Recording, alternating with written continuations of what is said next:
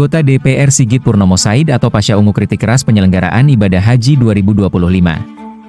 Karena adanya berbagai keluhan dari jemaah haji.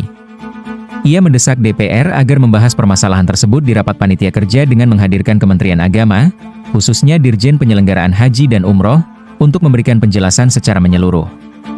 Sebagai bagian dari tim pengawas haji 2025, Pasha mengungkapkan kekhawatirannya terhadap kurangnya perhatian syarikat haji dalam menyediakan pelayanan untuk para jemaah, khususnya di saat-saat sibuk ibadah haji. Terdapat banyak jemaah yang melaporkan tidak menerima tempat berteduh atau transportasi yang layak, yang menyebabkan rasa kecewa. Pasha mengungkapkan rasa kecewanya yang mendalam karena ia berharap pelayanan untuk ibadah haji tahun ini akan lebih baik dibandingkan yang lalu. Sistem kerja dapur ini seperti apa?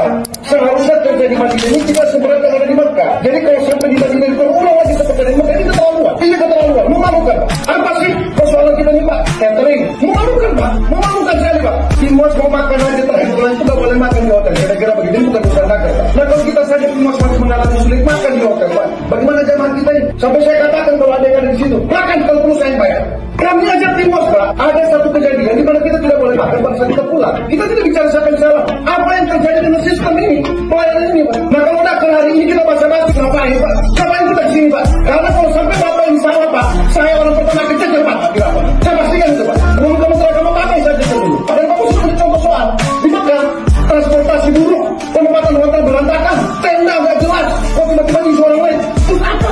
Apa fungsinya kita repot-repot di Jakarta, Pak? Di mana muka-muka pimpinan kita ini, Pak? Terus kemudian dengan mudahnya kawan-kawan penyelenggara di sini, baik itu PAU, baik itu turunannya sampai ke dakar ini kok nggak jelas. Karena Bapak ini kan satu kesatuan, Pak. Kerjanya kan satu kesatuan, Pak. Kita tidak bicara Mekah Madinah. Ini satu kesatuan negara ini, Pak. Harusnya pelayanan di Madinah ini tidak boleh ada persoalan. Dari Pracipan memastikan kalau sampai ini betul-betul masih berantakan juga, maka saya orang pertama yang kececer, Pak.